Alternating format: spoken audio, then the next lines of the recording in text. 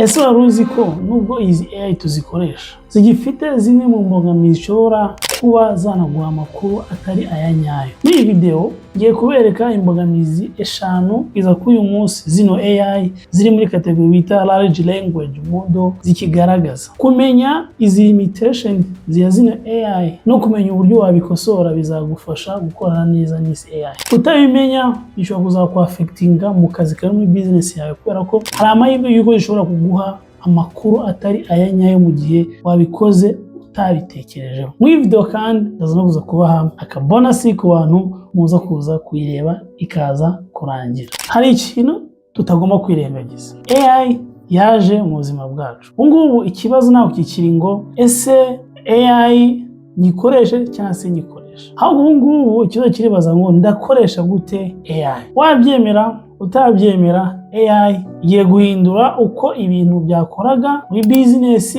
mu kazi, mu myigire no mu myigishirize bigiye guhinduka cyane. Rero ikintu gihari ni ukwiyadapta kwizi mpinduka kuyaza kwimindura amatwara ya AI. Ntabwo ushobora kwirengagiza impact AI igiye kugira mu mikorere yacu mu buzima bwacu bwa buri munsi. Niyo mpamvu kumenya mu zimwe mu ntege nke zayo, mu mbaraga zayo kugira ngo ugerageze kuyibalansa. Niyo mpamvu iyi video nicyo ngiye kubereka. Mbere na mbere ntabwo ino video ije kuza guhakana ibyiza n'imbaraga za AI, kubera ko nkanjye AI ndayikoresha cyane mu buzima bwa buri munsi. AI mbabwiye uburyo yahinduye ko nakoraga business, mbabwiye uburyo yahinduye amaside hustle. Hari umukiriya uza ngakoresha Claude gusa aba yanyishyuye amadolari 500, ariko nyine ntabwo ari buri munsi simbabwire ngo AI buri munsi imakaze k'amadolari 500. Ndi kubabwira zimwe muri testimonies z'ibintu byagiye bimbaho. Uyu munsi mfite company yubakira abantu website n'amasoftware.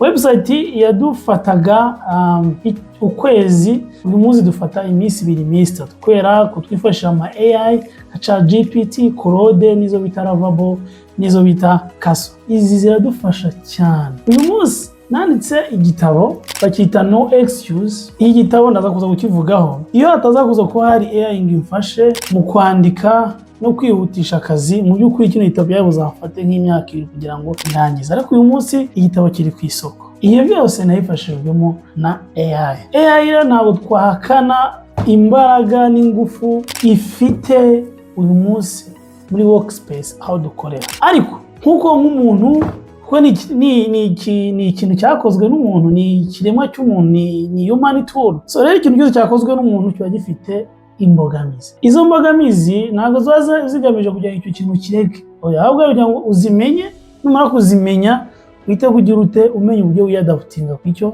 kintu. Iyi video rero intego yayo ni ukugira ngo ikumenyeshe izo mbogamizi n'uburyo wagira ute n'uburyo wagenda uzirinda. Imbogamizi ya mbere niyo bita outdated information. Nuvuga ni information zitakigezweho. Kugira ngo wumve kino kintu ugomba wumve uburyo ano ma AI agusubiza mukorana. Nuvuga ngo zino AI nkuko urabizi mu video ya mbere baba barazitoreje ku makuru yahise, amateka, ibitabo, amavideo, ibintu byinshi cyane. Ibyo bintu rero nibyo bigenderaho zigusubiza ziguha amakuru. Tuvuge nk'iteganyagihe biba byaragiye mu makuru iteganyagihe y'imyaka nk'ijana isize kugira ngo zipredictinge uyu munsi. Niba ari mu muganga hari ibintu byinshi cyane iba yaragiye kwiga kugira ngo ibashe kugira ute kugusubiza ibijyanye n'amakuru y'ikiganga. Ayo makuru rero aba ari amakuru yahise. Ni ukuvuga ngo niba ari ibintu biri ku uno munsi, niba ari ubushakashatsi bwa uno munsi, niba ari ibintu byasohotse mu cyumweru gishize, birumvikana ko ayo makuru ntabwo yigeze abitorezwaho, izo AI ntabwo zigeze ziyitorezaho zibeshe kuyakwa zayakuramo uburyo zagusubiza. Bino bizagira ingaruka cyane cyane ku makuru agezweho. Zino AI ziba zigira icyo zifeyinga, ariko ba nyiri zino AI hari ukuntu babishoboye bashyizeho ko ushobora no kubwira AI ikagenda gusacingira online. Nuvuga ngo niba AI iri kwibaza amakuru ari current, ntuyibabwire ngo ijye gusacinga online, cyangwa se iyo AI ikaba idafite ubushobozi bwo kujya online igire kukurebera amakuru agezweho, izo AI zaguha amakuru atagezweho. Ni ukuvuga iki rero, uburyo kino gikosora AI niba iri kwibaza current information, tuvuge mu bijyanye n'amakuru agezweho, mu bijyanye na finance, isoko ry'imigabane n'iki, ushobora kugira ute kuyibwira ati genda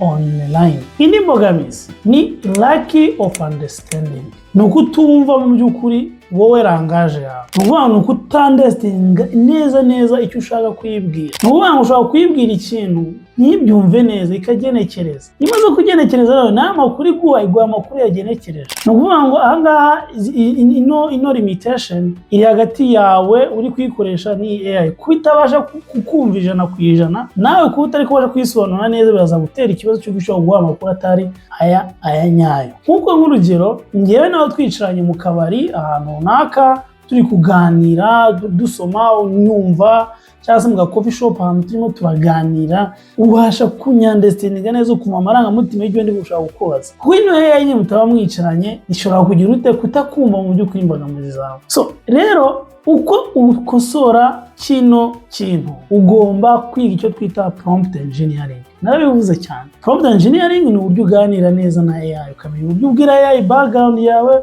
ukayisobanura amarangamutima, ukayisobanura impamvu uri kwibaza icyo kibazo, ukayiha amakuru agiye menshi atanu ku buryo yumva neza uburyo ugize ute uri kwiyumva. Icyo gihe urimo urongera amahirwe y'uko idashobora kuguha ibintu igize ute yipoje cyangwa se kuguha bon sens. Ariko nubwo wayisobanura kajana, biragoye ko AI iza kuza kumva neza 100% ikintu urimo urashaka kugira ute gutekereza rimwe na rimwe. Ariko kugira ngo ugabanye iyo bias ni uko ugomba kuyisobanurira byimbitse icyo twita background. Mbere yuko nkomeza n'imbogamizi ya gatatu, reka mbanze mbabwire kwa kino gitabo. Nanditse igitabo bita No Excuse, kiravuga ngo Why the Internet is Africa's Greatest Opportunity. Kimwe kiravuga uburyo nk'abanyafrika icyo ari cyo gihe kubyaza umusaruro internet. Igitabo nurujemo ibintu byinshi cyane ntabasha kuvuga muri video imwe cyangwa video ebyiri. Nashyizemo ubushakashatsi, nashyizemo zimwe mu nzitwazo abanyafrika tugira zituma tutabyaza umusaruro internet,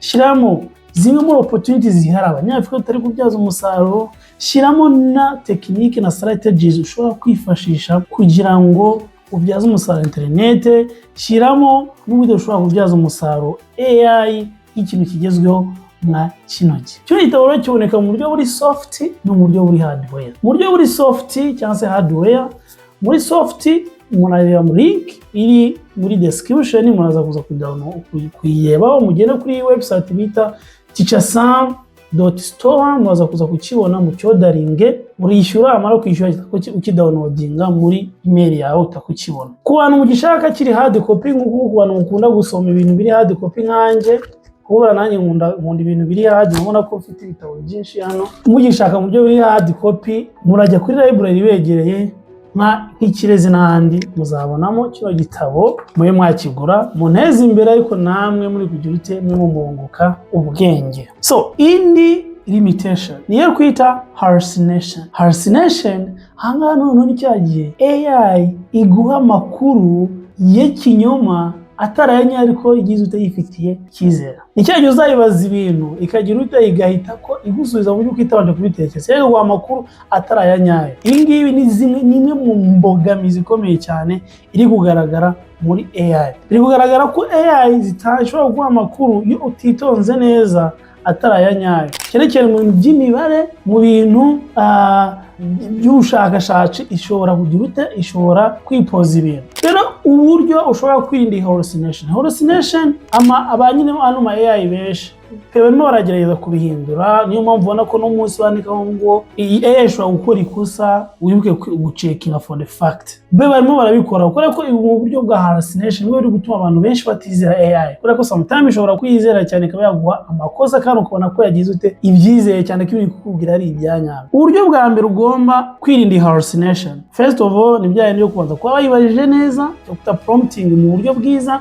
Ikindi ibuka kugikora cyo kwita check for fact. Ubwayo nawe ushobora kuyibaza ngo check for the fact, ikagenda online ikajya gushakira ama fact. Nibuze niba ari ibintu very sensitive cyane cyane nk'ibintu by'imibare, yibwire ngo check for the fact. Cyangwa ugakura ibintu muri tuvuga nko muri ChatGPT ukayihindi AI nka Claude, ukayibwira ati check for the fact niba bino bintu yavuze ari ibyanyabyo. Cyangwa ukabivara muri Claude ukabijyana muri Grok ukayibwira ati check for the fact. Angana igihe hari ibintu biri very sensitive, uzingo bano bintu bibe atari ibyanyabyo bishobora kuneza ibibazo. ukwibwira ati check for the fact. Ariko ibi ngibi hallucination iba gakeya cyane, ibyantu biri very sensitive, ubona nyine ari ibintu biri very difficult.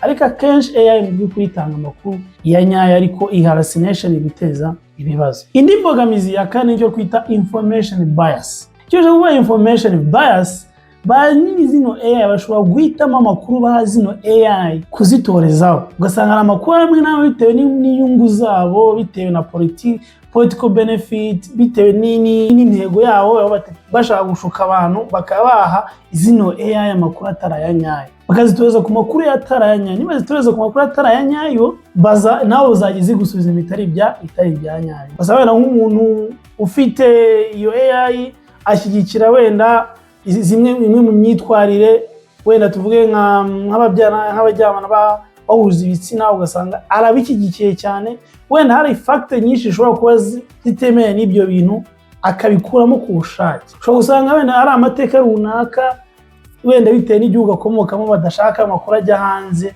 ayo makuru niba yabaye. Iyo rero information bias ni ikintu cyo nge nawe utabasha kugira utabasha kugira ikintu bikora, ariko ni ikintu ugomba kumenya ko ibyo bintu nabyo bihari. Ba nyiri zino AI ntabwo tuzi mu by'ukuri amakuru babitoreza kwa bino bintu baba yashyizemo bagendeye kuki. So niyo mpamvu ugomba kugira kwitonda mu makuru, ugrabinga mu bintu birimo wizera. Icyo ni ingenzi cyane. Indi mbogamizi cyangwa indi limitation igaragazwa n'aya ma AI nicyo twita privacy concern. Bino bintu uri kugenda ushyiramo bemewe urajya mu aya mashini zino AI. So ushobora gushyiramo rero ibintu tuvuge nk'urugero ukora muri leta, ugashyira amakuru ari very sensitive ajyanye n'igihugu cyawe cyangwa se n'ibyo ukora, zino AI zo ziyohereza ku mashini bakaba bayakoresha gabo spy. Ushobora kuba ufite business ari ubushakashatsi wavumbuye bandi bwa danje, ari ikintu wavumbuye ushaka kugira gushyira hanze, ukazisanga nyuma rero ugasanga cyagiye hanze. Urako nyine wabishyizemo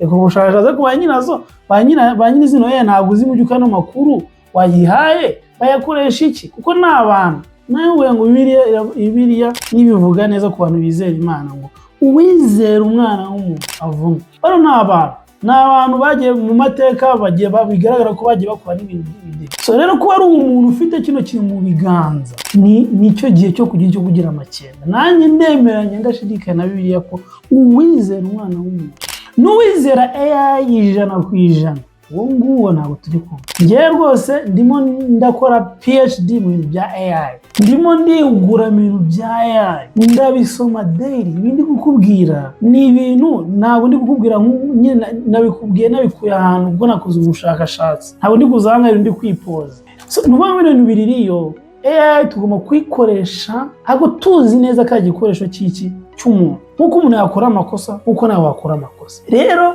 uko byamera kose ube responsible yuko ukorana na AI. Ujye umenya ko AI ishobora guha amakosa, umenye ko AI ishobora guha ibintu bitari ibyanyana. Wibuke ko buri gihe AI ni igikoresho, wowe ukaba master wawe. Igihe AI izaba master wawe, uzaba wagira warangiye, bitewe n'ibindi kubabwira, bitewe n'ibindi bizagenda biza. Komeza kunkurikirana ku bijyanye no kubyaza umusaruro internet, ku bijyanye no kubyaza umusaruro AI, no kubyaza umusaruro online business. Topic nkora online business, internet and AI.